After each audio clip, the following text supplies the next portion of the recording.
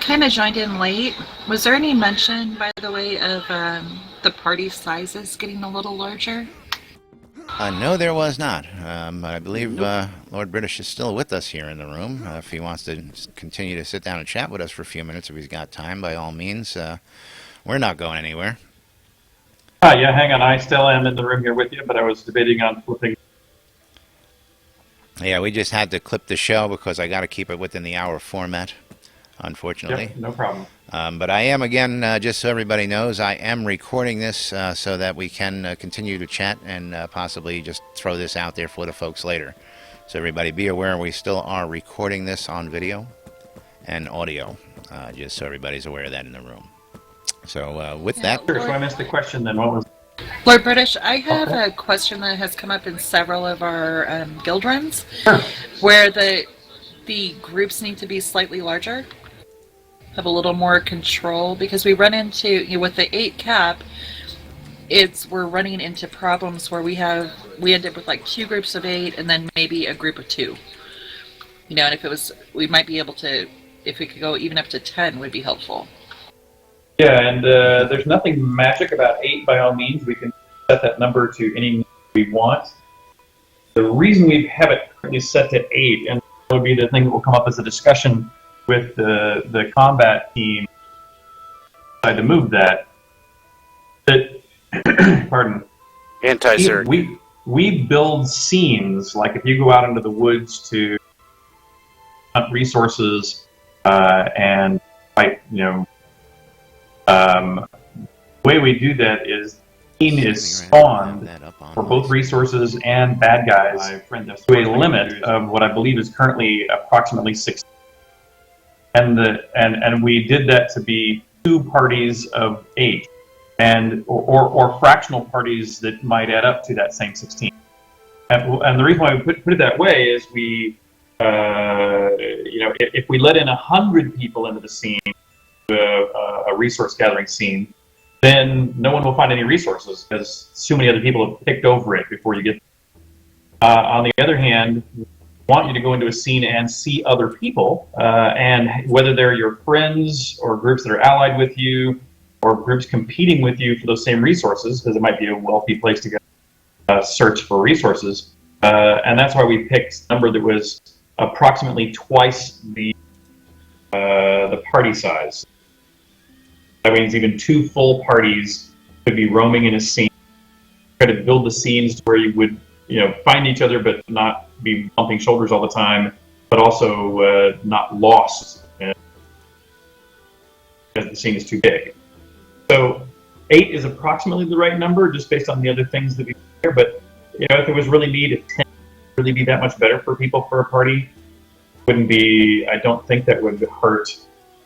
Stuff we've been doing. But that's the logic that derived 8. Was 8 companions of the Avatar. Gave you 1 of each major character class type long run. But we can adjust. Yeah, that all makes very good sense, and I hadn't really thought of it in that manner.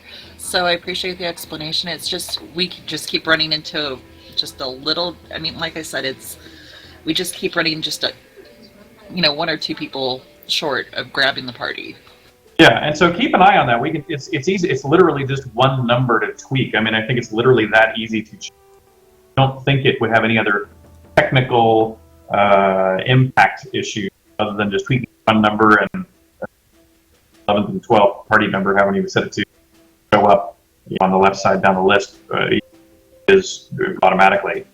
So I think it'd be quote trivial unquote to experiment with, but at least there was a logic that drove us to 8. But keep playing, and if that continues to be up again, then we can experiment with it and try it for 1 release cycle. Awesome, thank you very much. I got a quick question for you, Mr. British. Sure. Shoot, hold on 1 second. I completely spaced. Not a problem. Oh, in regards to the single player and friends only mode, is that for alpha only, or is that something that you guys are going to keep in game come release? Oh, that's definitely a release feature. Oh yeah. And don't forget, there's sort of 3 additional modes than the one you're now. There's party only that is online. There is solo, which is online. Excuse me, friends only online. Solo online. There ultimately is a solo offline as well. That solo offline will be the last one to come work. And the reason is that by staying online, it means we get metrics of exactly what's happening with everyone's client. Technically, in fact, we can. Development team plays offline, periodically as it is. So we know that will work. It's just that means we don't know if you're patching. We don't know what is happening to your client. We don't get any error reporting as it happens. So we won't turn on offline for a while.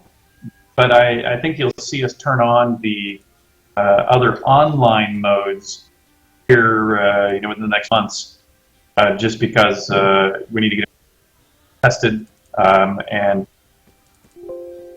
close to being able to do it.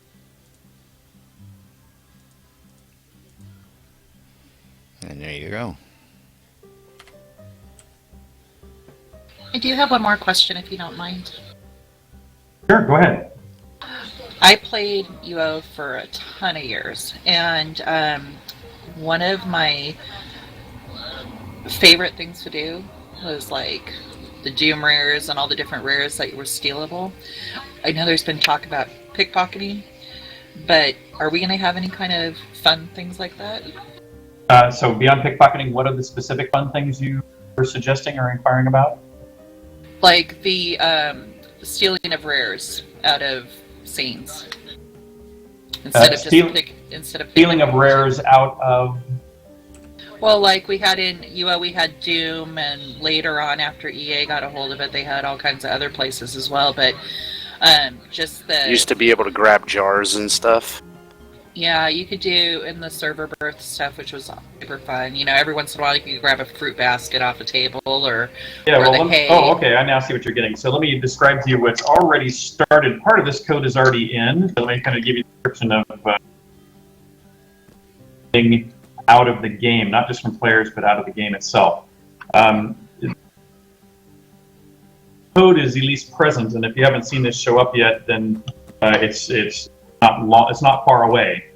That right now, of course, you can take anything off of the property you own, but you cannot take anything out of the property that belongs to some other real player unless you've been marked as kindred or given access to it. But if you look at the buildings of the shops of the NPC, most of those items are currently not locked down, so you can actually literally go up and pick up those bushel baskets. But up until recently, the technology didn't exist for us to know that you were stealing and from whom and how they should react.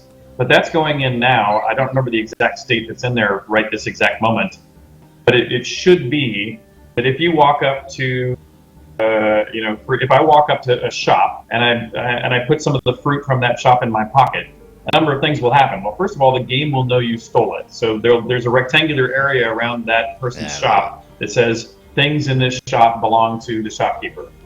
So the game immediately knows that you stole something. Stole it. But if that person's not around, if there's no guard around, you can decide, to let you get away with that, and while you might take a virtue hit, because the Oracle knows all, you may be able to get away with it. Similarly, your thief skills or your skills related to this sort of could affect how often you would be seen. There is someone present. So we do have the ability right now, and I think there are some NPCs right here in Al's head, I think, just right here across in front of us. I believe that some of these shopkeepers are already set up where if you take things off their table, they will first tell you, hey, I see that, put that back or stop, even though, by the way, once you take it, you back. But, yeah, we know that. No, they don't say anything. So if they don't say anything yet, then that is very close to being turned on. So I just stole all the stuff in this place. They will comment breaking on it, channel. and if you repeat it, they will call the guards. And so that is all in progress. You should. So, You guys ready for this? Lord Bush, Zeke like you to hear a song that Yeah, you guys got that song ready? Fantastic. Yeah, we got it ready. You guys ready to hear this? Let me make sure I got the volume set Real. here. Yeah, you guys go ahead and crank up your volume. Make sure you're within hearing distance. We got some fresh sounds from Texas for the crown.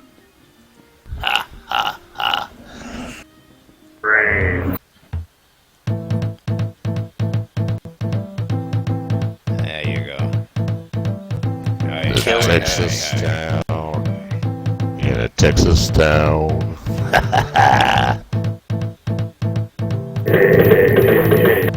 Oh, Fantastic. I think we need a singer, huh? Is that coming? Damn, Zepp is killing it on the drums. Killing it, baby. I usually play the guitar in real life. It's not my forte. Ha ha ha ha. Zeb, you should be singing. You got the voice for this song. I do. Hi. A lot of lovely girls down there.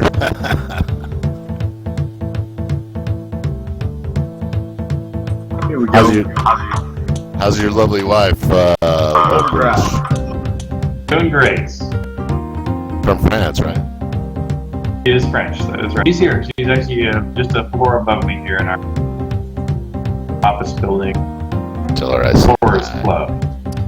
You're in New York this week? Y'all are missing the overdrive.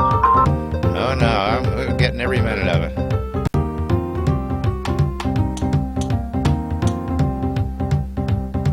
And it sounds fantastic. Kaylee's Love in there those drums. dancing.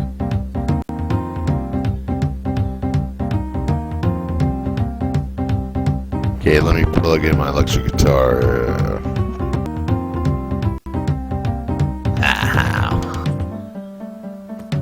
Here it comes.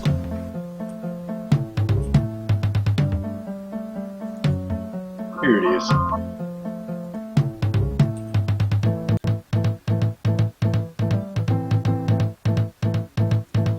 Not bad for an ABC file, I guess. Not bad at all, gentlemen.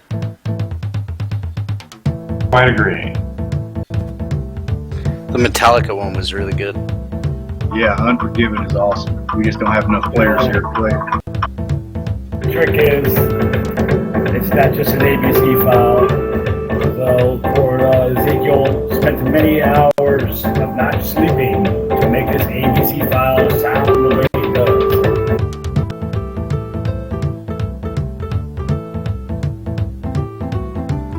And Jaha is out there.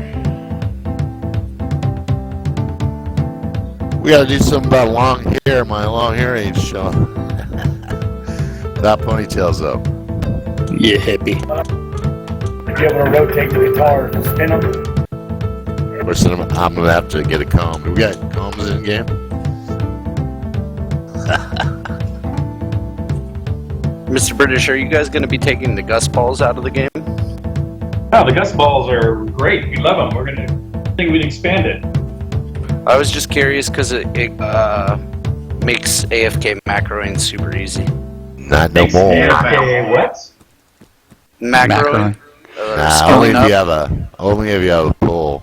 You have to have a pull. Well, That's just blades.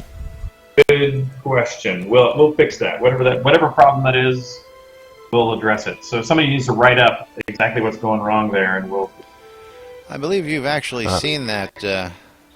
Somebody Yeah, wants to Dev's just pull doing up a it. Gus ball and demonstrate. Basically, I can even do it right here. If you just pull up a Gus ball, I'm sure the devs are aware. put of it down on the ground, and just start whacking at the Gus ball and walk away. Oh, I see what you're saying. You're saying that Free skill gains. Yeah, okay, that's true. No, we know that people are doing that. The reason why we don't mind that right now is because we actually need people to be at all different ranges of levels and frankly in a hurry. and we get metrics back as to what everybody's doing to raise levels all the time, and so all of them that are the ways to gain will be nerfed over time. Yeah, Exactly I would like when. I would like to test the a year range 1,779. Is it? Glad you ain't looking at my scale, man. All I've been doing I is know, I'm looking at lower concentration and playing music. You have no skills. What are you talking about? Yeah, I'm still at level 5. And then, of course, You one got skills, other you thing just about the can't- Gus can't balls is that even though they're a pet, we cannot dismiss them. They sit there and stay there, and that may be something we just may want to. Oh, no, yeah, that's a creator should be able to dismiss it. I'll write that bug up right now. That worked actually last go around, but it stopped working. Yeah, I don't recall it ever working. I mean, even if you remove the Gus Ball issue, people are still just going to macro fight, dueling each other, you know? And then Right. there's the crazy house pet bug. I just thought you should maybe somehow code it so where skill gains are more frequent based on if you're attacking a NPC monster versus attacking like a Gus Ball or a player. Well, I think the actual plan is that any repeated behavior quickly loses its effectiveness. And therefore, anything that you could do, especially if it's something repeatedly, probably ought to be even backward together in a sequence, needs to have diminishing returns. Yeah, the first time you attack a Gus Ball, you learn a little bit. The next time you try to attack a Gus Ball, it's half that you learn, and after that, half that, and half that, and half that. And quickly, that gets to. Therefore, you have to change targets periodically and evolve personally. That sort of thing. But even if what I said didn't work properly, that's the direction solving a lot of these that we're. Yeah, that just drains my my pull pass. So. I mean, in regards to that, I would just stack 2 or 3 Gus Balls and then just tab target through them so it resets the thing. Well, that's why I said any stack of repeated behavior. So, we'd have to say if it's been less than a minute since you attacked a Gus Ball, attacking the same Gus Ball is of less use, like that. Well, we get that way to work around almost anything we put in.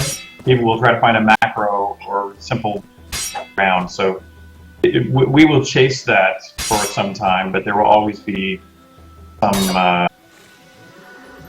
Now, what is your company's policy on something like a UO assist or something of that nature? So right now we discourage people hacking the add-on solutions, but we know that it's going to happen. In some cases, we actually want it. That's why we're exposing data so that the part of the Avatar app can ultimately game data and maybe even have a chat system that link directly to our chat system. So some things we want to expose so that people can make fair but useful tools. The thing we want to watch out for, and we'll ultimately have to figure out a way to fight or defeat, deal with, are those that give one group of people an unfair advantage over another, or in any way diminish. Absolutely. Right. And can I add to that real quick? Well, I was gonna ask Okay, about yeah. map integration myself. About a week ago, an unnamed member of the BMC, who is a very talented program writer, came to me and several members of the BMC and asked what Portalarium's position was, and that's exactly what we told him. As long as it didn't give a group an unfair advantage or diminish the data stream or diminish the game in any way, because he had already, and now I've exposed male or female, but he had said that he had already wrote several manipulative programs to aid him in Shroud the Avatar, and what I told him is, I said, well, I was there if for that you've done conversation. that- Is Yes, that packet manipulation or is it macro? Well, I don't know, but let me finish. Because What that's I had told him, different. what I told him is that run it at his own risk, that we weren't encouraging it. And if, of course, from thousands of miles away, we can't dictate what people do on their own time. But I told him that if it was malicious or if that it took away from the game, diminished the game, or gave him an unfair advantage, that he was running the risk of having his account banned no matter how much he had spent on his account, and that the decision would be left to him because you guys well, could here's another thing. Your instinct is exactly right, but let me just throw out one more option to talk with this person about.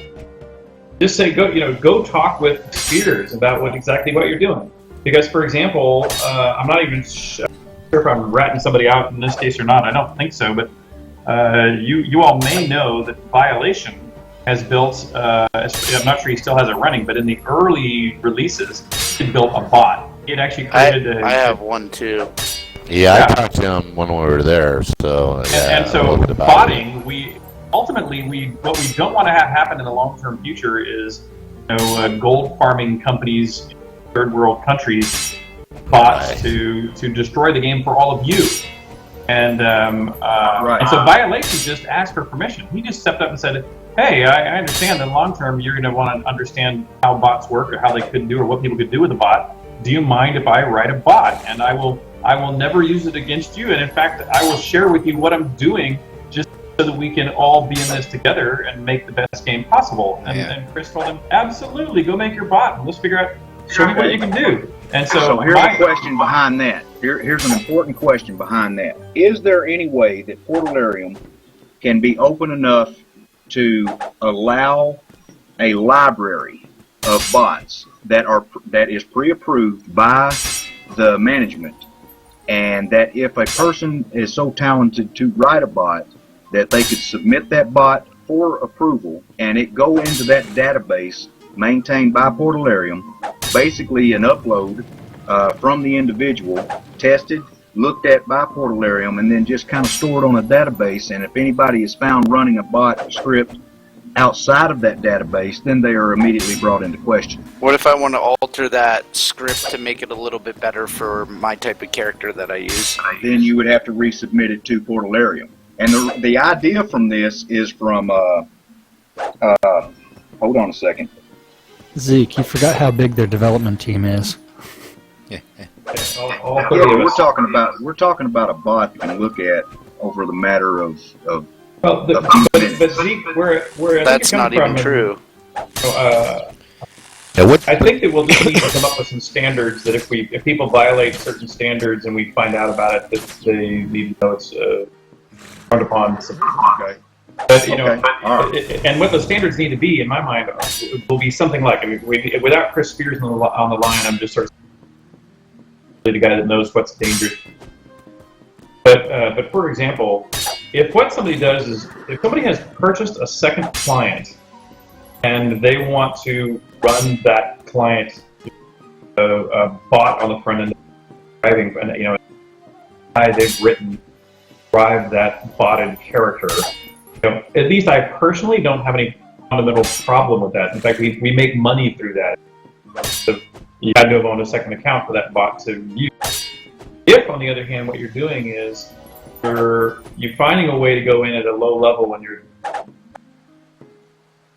are finding a way to, around our setups for combat, or how treasure is generated, or how round robins occur, or how the control is handed off from one player to another. If you're doing any hacking in at that level, which actually, even if innocuous, could be really hazardous to the game system, or at least could mean that things code could suddenly cause some other kinds of problems, then I think we would have problems with it no matter how. Yeah, that's more in the line of packet manipulation is probably more of a concern, right? Maybe macroing wouldn't be so detrimental, right? That's, as a general rule, that should be safe. Should be. And again, I'm not Chris Spears, so we have to get Chris to weigh in on that first. So, and by the way, if people want to do some things that are useful to get the packets out, then talk to us and we'll give you the packets. And that's why I go back to the app and go, the Shroud of the Avatar app and said, why don't we integrate chat into it? Or let me look at my character stats. Or you can imagine 50 other things. It might be nice to track data either from the actual packet or from the database that has all the player, We're open to that too. If people think there's a sidekick app or another open window that they can have, and somebody that wants to write that kind of code and create enough competency to where we know we're not going to, ourselves or each other, we'll help you guys with, externalizing data. If worthwhile and most of that's we make that stuff external, with some regularity. So it's. Is there any anything in the works for like salvaging all or crafting all kind of button like? Yeah, that would be super beneficial. So if you mean mass resource gather in a scene, like a macro to go around. No, like craft all or a salvage. Yeah, no, but that'll be just part of the main craft. Yeah, the crafting tables will have a repeat craft capability or a stacked crafting capability. Okay, that would be definitely help on the finger for us all. No, I totally agree. Especially with salvaging, if we put in like 15 broken. Oh my God! So if we could salvage them all at once, would be great. Yep, and I know that's in the queue already, but I'm going to put it in to right this moment, just to as priority. Mr. British, I asked you earlier about the different modes of the game, like offline mode and so forth. What is the benefit going to be to playing multiplayer online and having to encounter other people in the wild and potentially getting PK'd? Well, if you are a PvP, so it depends on what your mode, how you like to play. But yes, if you were don't forget, if you were about being paid, we're probably not playing in, with the exception of in those handful of maps that are the ones infested with obsidian are forced into PvP. But as long as you're playing in an online mode, the character can persist. And so if you would rather, before you go into one of those obsidian guard zones, going, look, I really don't want to see the player online, you can. And, I think it sort of takes part of the fun away from the game. But if you die, and that's really what you want to do at the moment anyway, it's not our intention to stop you. I guess more so, is there going to be any added benefit to playing the multiplayer online, such as resources spawn faster, yes, you have a better chance of... You're exactly correct. In fact, you stated it exactly correctly. And those are focused specifically in those shortfall zones. And we're making sure that I have one final question from the cheat sheet. Sure, go ahead. I've noticed that they were able to tame and summon horses. I want to know, when are we going to be able to ride those things, and when will there be cowboy? When will there be cowboy hats? I know it's a stretch goal. Do they intend on putting it in before the stretch goal is met? Cowboy hat probably sooner. Let's pick a good month. What's a good cowboy celebration month? March. Special hat for that. Or February, rodeo times. February rodeo month. Yeah, February, March, somewhere in there. There's rodeo stuff. I live in Arizona. I know these things. So we'll switch that. We'll work on getting the cowboy hat in rodeo season. Rideable horses is harder. Will those horses be rideable before the stretch goal is met? It is not going, unless the stretch goal is met. It won't be in episode 1. And the main reason is just because we're having to cut things in and out of episode 1 now all the time. We're now on the push to finish. You'll notice that's one of the reasons why Star has been put a heavy priority on all the pledge rewards built and in. Promised is so that the rest of the content is really there, whole story and all the maps. Then we can call episode 1 done, do the final wipe and go live. Cool. The only reason I was asking is because The only reason I was asking is because they're in the world, and I was just wondering if there was a ambition to maybe put them in before the stretch goal was met. Hold your horses. Hold your horses, Zeke. Hold your horses. Yeah, you bet. You bet. Of course, we were talking about.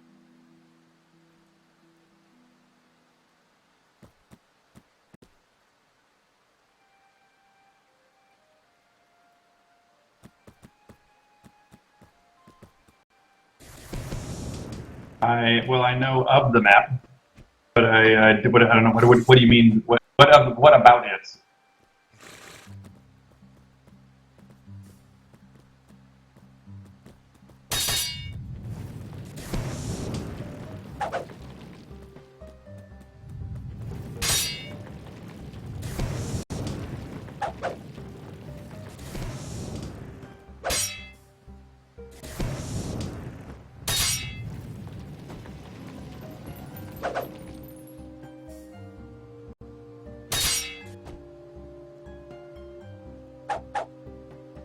Yes, in fact, that's a perfect example of the kind of thing that we could help with by externalizing data. And and since, for example, he has already put such a quality map together here already, just us doing things like you mentioned, giving the XY location players is A freaking earthquake? yeah. Okay.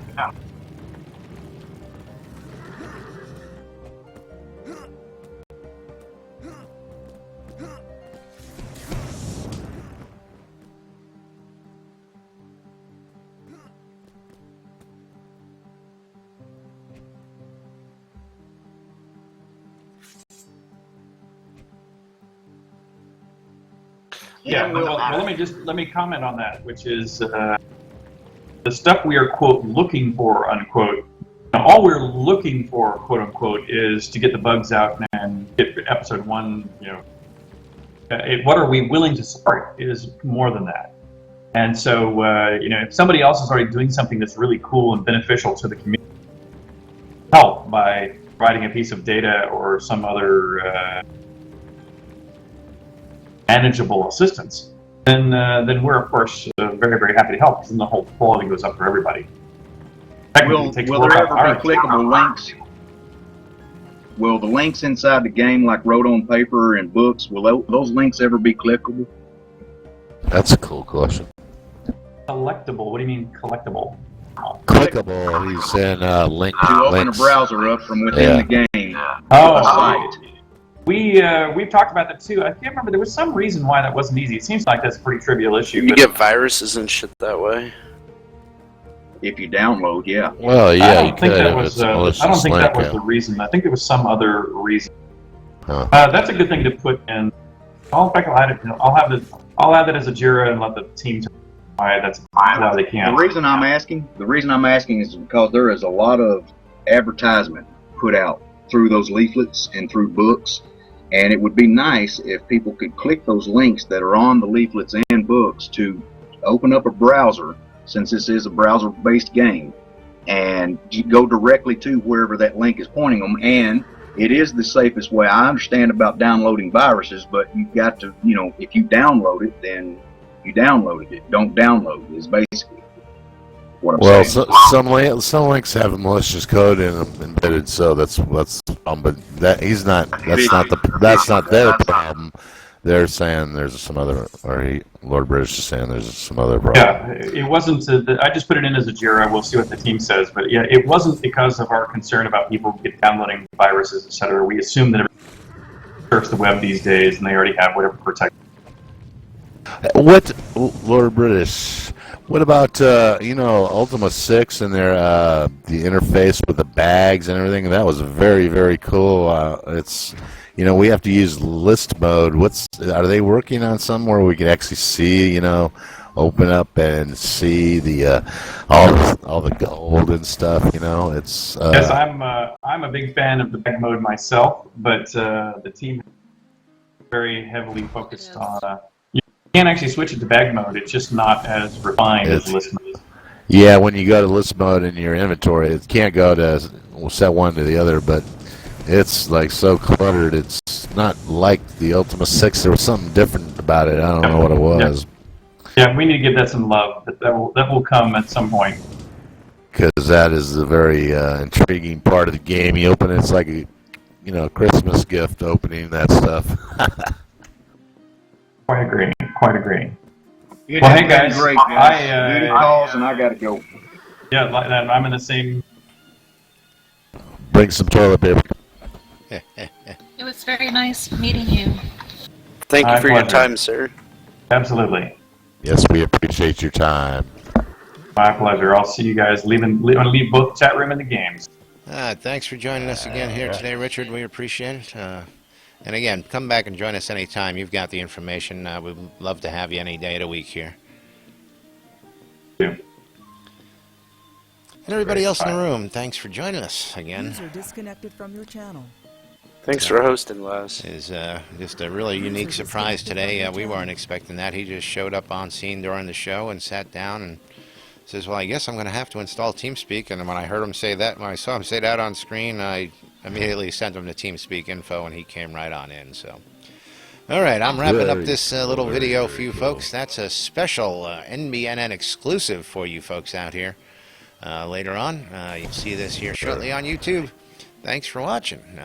Stay tuned to NBNN for all sorts of crazy wild stuff like Lord British popping in on the show. See y'all next time, folks.